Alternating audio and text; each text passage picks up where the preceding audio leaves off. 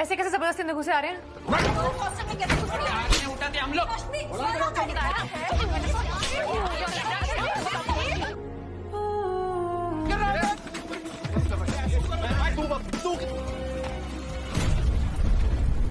Hai sobat, kembali lagi bersama Mimin di Cerita Film.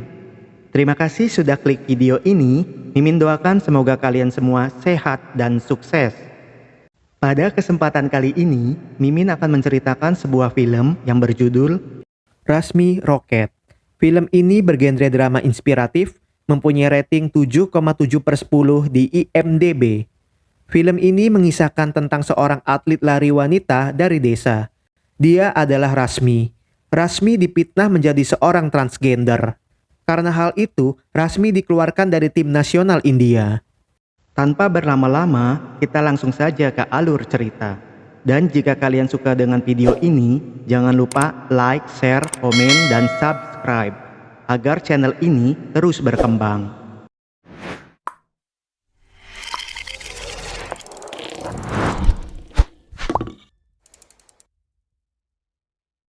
Film ini dimulai pada tanggal 5 Oktober 2014.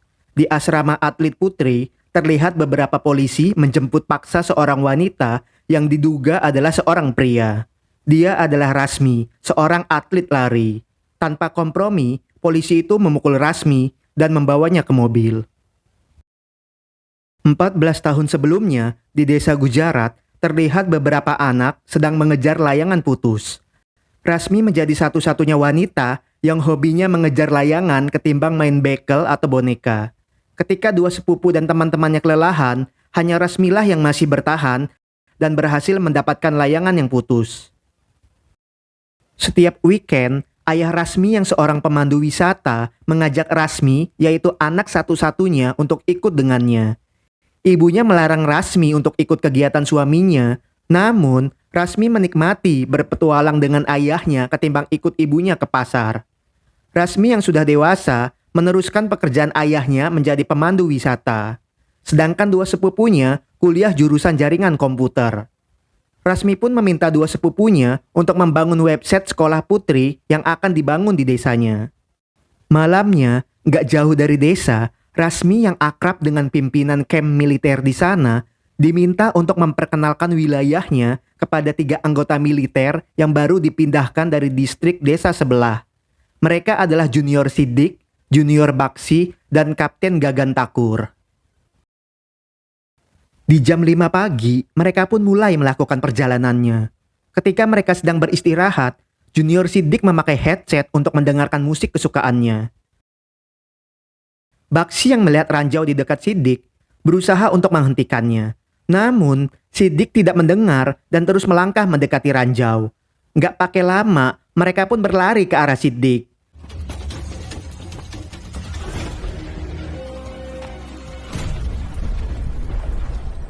Beruntungnya, Rasmi berhasil menyelamatkan Siddiq.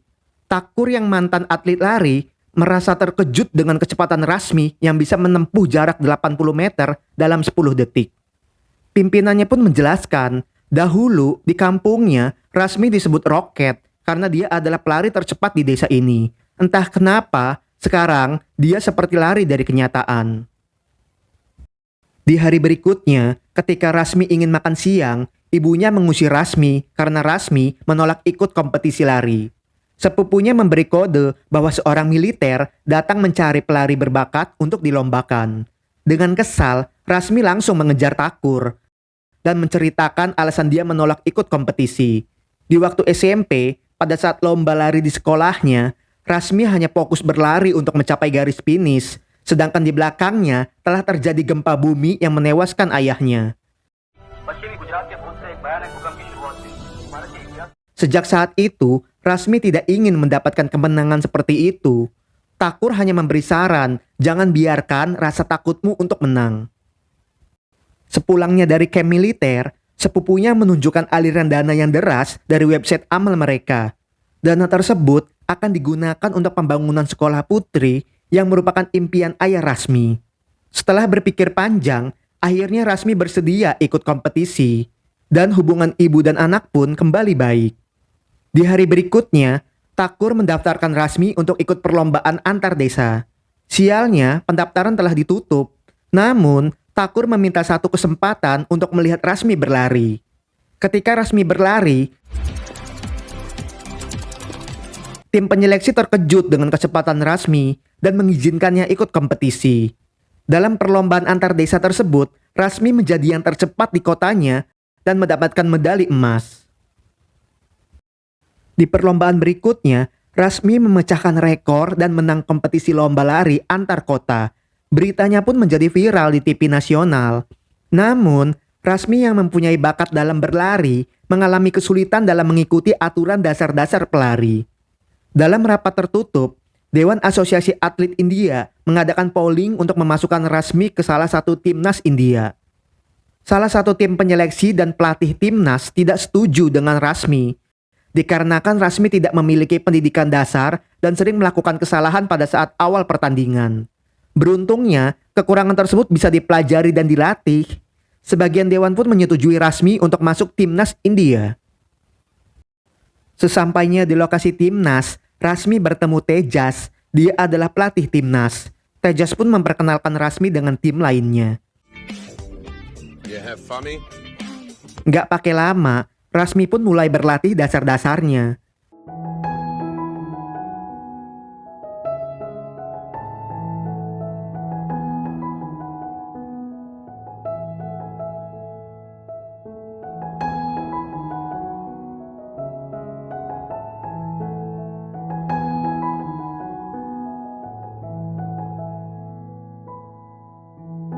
Seminggu berlalu, Tejas pun mengecek anak didiknya satu persatu.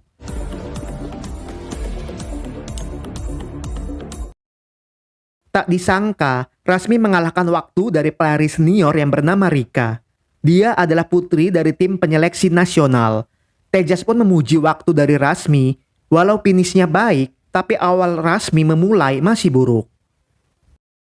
Di jam makan siang, Priyanka, salah satu geng dari Rika, menyindir Rasmi bahwa desa Rasmi semua gadisnya terlihat seperti laki-laki dan mencurigai Rasmi menggunakan steroid. Rasmi yang tidak suka disentuh oleh Priyanka mengancam akan mematahkan rahangnya jika menyentuhnya tanpa izin. Ancaman Rasmi pun dilaporkan ke pelatihnya. Sialnya, Rasmi dihukum berlari 50 putaran. Di hari berikutnya, Dewan Asosiasi datang untuk melihat regu estafet. Pelatih pun membuat tim untuk lomba estafet. Sialnya, Rasmi melakukan kesalahan. Setelah pertandingan, Rika menghampiri Dewan Asosiasi yang sekaligus adalah ayahnya. Dalam pertandingan tersebut, ayahnya kecewa dengan kelicikan anaknya. Rasmi sudah mengoper dengan benar, namun Rika sengaja menjatuhkannya.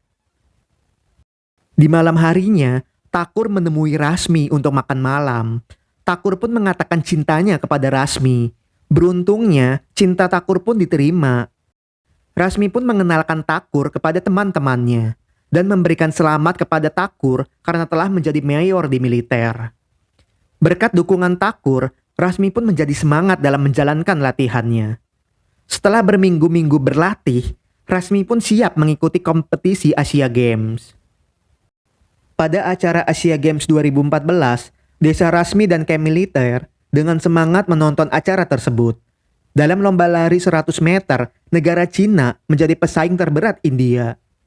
Dengan semangat membara, Rasmi dan Rika menjadi juara 1 dan 3, sedangkan negara Cina juara 2.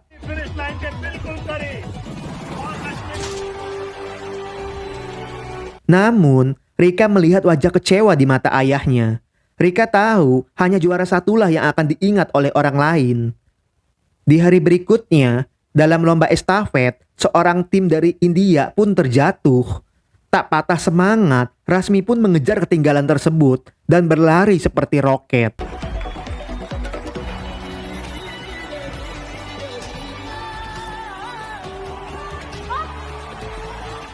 Walau Rika yang mencapai garis finish, namun penonton memuji Rasmi sebagai penyelamat India. Rika dan ayahnya pun nampak kecewa. Setelahnya, tim India pulang dengan bangga.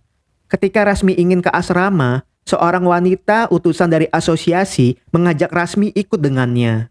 Ternyata Rasmi dibawa ke rumah sakit. Tim rumah sakit akan melakukan tes darah dan Rasmi harus menandatangani serangkaian tes tersebut. Awalnya Rasmi menolak, namun jika Rasmi tidak bisa diajak kerjasama, asosiasi tidak akan memasukkannya ke timnas lagi dan 3 medali yang telah didapat akan dicabut. Akhirnya Rasmi pun bersedia.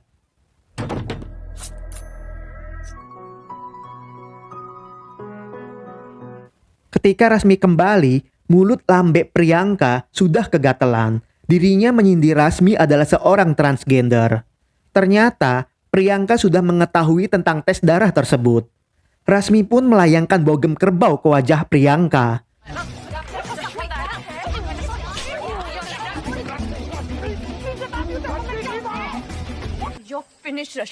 Beruntungnya, pelatih segera datang dan memisahkan mereka. Nggak lama kemudian, polisi datang ke asrama untuk menangkap Rasmi.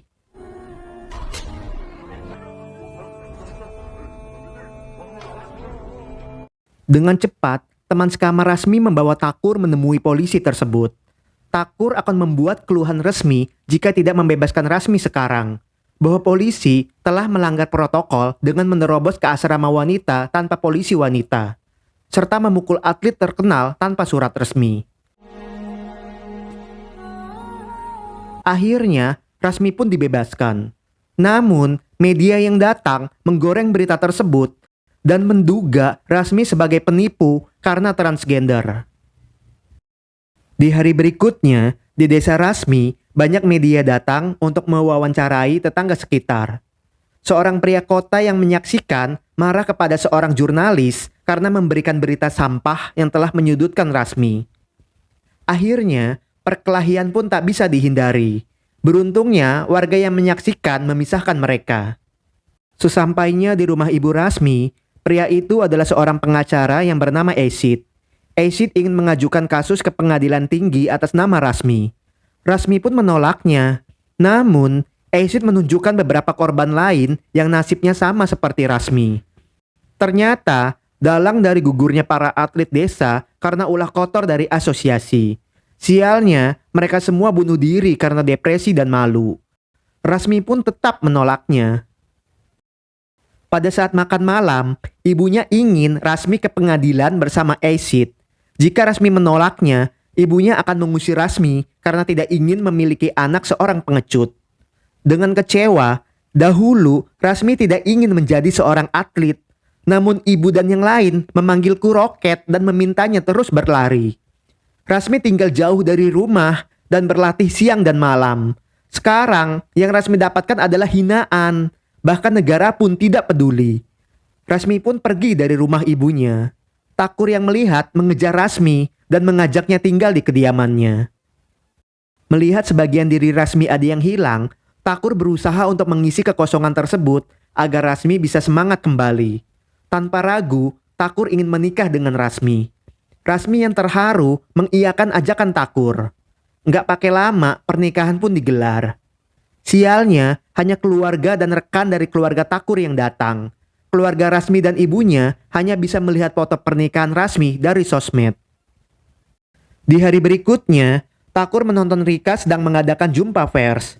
Rika pun berjumawa bahwa dia adalah perwakilan atlet lari tercepat India saat ini. Dan yang paling penting bukan seorang transgender dan penipu. Rasmi yang mendengar pun terpancing dengan pernyataan Rika dan berniat membawa kasusnya ke pengadilan. Dengan cepat, sepupu Rasmi memberitahu bibinya. Ibu Rasmi pun terlihat senang dan akan mendoakan putrinya mendapatkan keadilan. Rasmi pun mendapatkan dukungan dari aktivis wanita. Dewan asosiasi pun berdiskusi kepada pengacaranya untuk melawan Rasmi. Pengacara itu pun menyindir Acid karena Acid adalah pengacara junior yang dulu pernah bekerja dengannya. Dalam persidangan, pengacara asosiasi memberikan bukti otentik tanda tangan Rasmi dan aturan asosiasi. Bahwa jika kadar hormon testosteron melebihi aturan, maka pihak asosiasi berhak melarang atletnya bertanding. Acid menjelaskan bahwa polisi menangkap Rasmi tidak sesuai protokol dan tim medis melakukan tes gender telah melanggar HAM. Acid pun ingin larangan Rasmi dicabut. dan mengizinkannya bertanding kembali. Karena belum cukup bukti, pengadilan pun memberikan waktu Acid 12 hari untuk memberikan bukti otentik. Melihat ada peluang Rasmi bisa bertanding, teman Rasmi dan suaminya pun membantu Rasmi berlatih.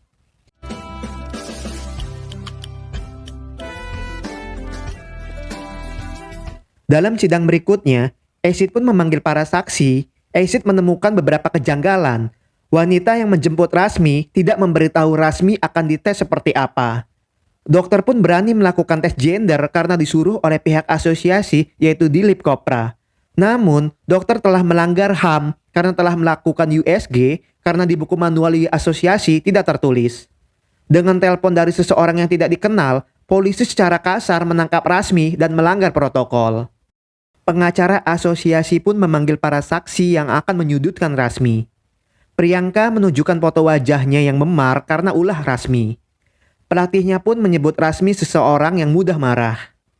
Dilip Chopra menjelaskan pejabat asosiasi memiliki keraguan tentang kecepatan Rasmi. Atas dasar itu, Dilip memerintahkan tim medis untuk mengetesnya. Dan jika ada yang salah dalam hal itu, Dilip bersedia mengundurkan diri.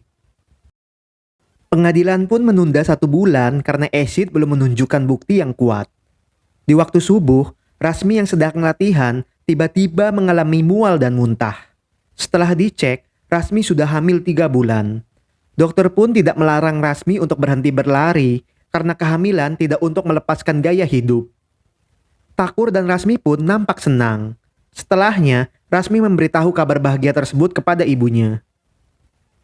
Di hari berikutnya, sepulang dari latihan, Rasmi terkejut karena ibunya berada di rumahnya. Dan pertemuan mereka berlangsung secara dramatis. Acid pun akan memberitahu pengadilan bahwa Rasmi adalah seorang wanita seutuhnya. Selama sebulan penuh, Acid mengorbankan waktunya untuk memberikan bukti otentik agar bisa menang melawan asosiasi.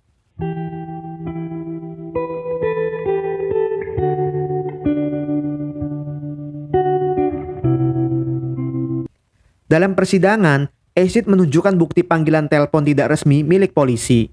Ternyata, Priyanka lah yang menelpon polisi dan memberikan berita sampah bahwa Rasmi adalah seorang pria.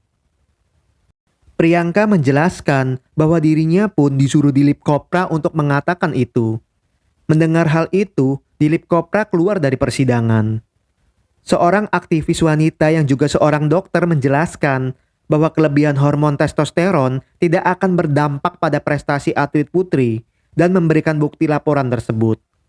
Pelatih pun yang ternyata memiliki gelar PhD menjelaskan bahwa tidak adil bagi kompetisi untuk menandingkan seorang wanita yang memiliki hormon testosteron berlebih dengan wanita yang normal. Oleh karena itu, pria dan wanita bertanding secara terpisah.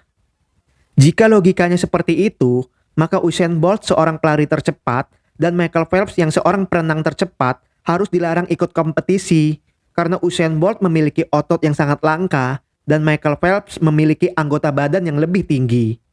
Dengan lantang, Acid pun meminta pengadilan untuk mencabut aturan kuno tersebut karena sebagian negara lain pun tidak ada aturan itu dan mengizinkan Rasmi untuk bertanding kembali. Sekarang, Rasmi telah hamil 4 bulan, itu menunjukkan bahwa Rasmi wanita seutuhnya. Dari penjelasan dan bukti-bukti, pengadilan memutuskan untuk menunjuk tim khusus menangani masalah tes gender. Dan kepada tim asosiasi serta polisi yang menangkap Rasmi akan diselidiki lebih dalam lagi. Sedangkan Rasmi diizinkan kembali ikut dalam kompetisi. Mendengar hal itu, Rasmi dan timnya pun nampak senang.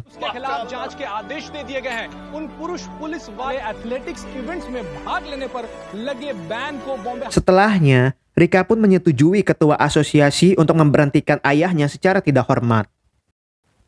Dalam kompetisi berikutnya, Rasmi yang tengah hamil 4 bulan memakai pakaian dengan nama-nama korban. Rasmi berlomba bukan untuk dirinya sendiri, melainkan untuk pendahulunya yang telah gugur karena asosiasi. Dan film pun selesai.